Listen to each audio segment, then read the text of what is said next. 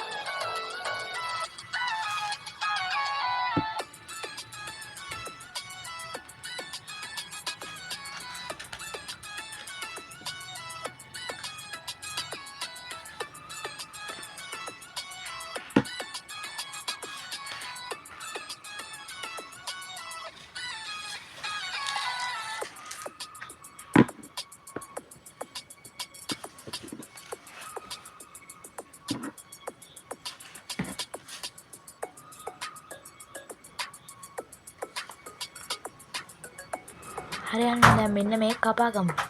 හරියාලේ මම මෙන්න මේ විදිහට එකක් ගන්න කපා ගත්තා. දැන් තියෙන්නේ යාළුවනේ මෙන්න මේ පොඩි පටිය අරගෙන මෙන්න මේ විදිහට වටේටම තියලා අලව ගන්න ඕනේ යාළුවනේ. අපි එහෙනම් දැන් ඒ වැඩේත් කරගමු. හරියාලේ මම මෙන්න මේ විදිහට ඒක අලව ගත්තා වටේටම. ඊපස්සේ කරන් තියන්නේ යාළුවනේ අපි ඉස්සෙල්ලා ඇඳලා කපා ගත්තාක් වගේ මම ආයෙත් ඇඳලා එක මේ විදිහට කපා ගත්තා. දැන් මෙන්න මේක මේක උඩින් තියලා අලව ගන්න තියන්නේ යාළුවනේ. අපි එහෙනම් අලවගමු. යාළුවනේ මං ඒකත් ඒ විදිහටම අලවගත්තා ගානට කපාගෙන ගානට අලවගත්තා යාළුවනේ. එහෙනම් ඒ වැඩේත් හරි. එහෙනම් අපි ඊළඟ වැඩේට යමු. යාළුවනේ ඊළඟ වැඩේට අපි කරන් තියන්නේ ඒකෙත් ඇදගන්න මෙන්න මේ වගේ පොඩි බොක්ස් බෝඩ් කෑල්ලක් අරගෙන මං අදින විදිහටම ඔයගොල්ලෝ දැනගන්න යාළුවනේ.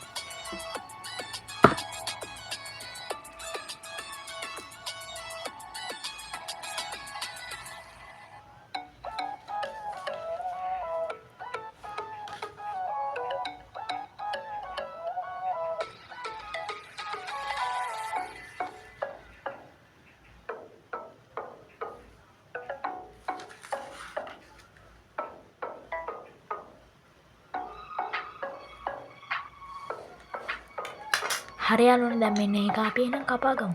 අනේ මම ඒකත් මේ විදිහට ගානට කපා ගත්තා. ඊට පස්සේ ඉස්සෙල්ලා වගේ මේ වගේ පොඩි පටියක් අරගෙන ඒකත් මේ වටේටම තියලා අලව ගන්න ඕනේ යාළුවනේ. අපි එහෙනම් අලව ගමු.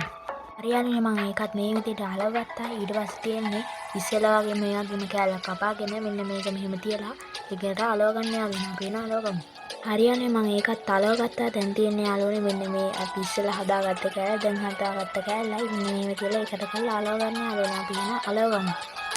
යාළුවනේ මං ඒ දෙකත් ජාන්නම තියලා අලවගත්ත යාළුවනේ. ඔන්න මං අඳගෙන ආයේ බස් එකේ ඩ්‍රයිවිං සීට් එක හදන විදිය ඊළඟට මොන වගේ වීඩියෝ එකක්ද ඕනි කියලා පල්ලෙහාන් අනිවාර්යෙන් කමෙන්ට් එකක් දාගෙන යන්න යාළුවනේ. තාම සබ්ස්ක්‍රයිබ් කරේ නැත්නම් දැම්ම සබ්ස්ක්‍රයිබ් කරන්න යාළුවනේ. අමතක නොකර ලයික් එකක් දාලා ෂෙයා කරන්න. එහෙනම් අපි තාත් වීඩියෝ එකෙන් හම්බෙමු. කට්ටියටම බායි.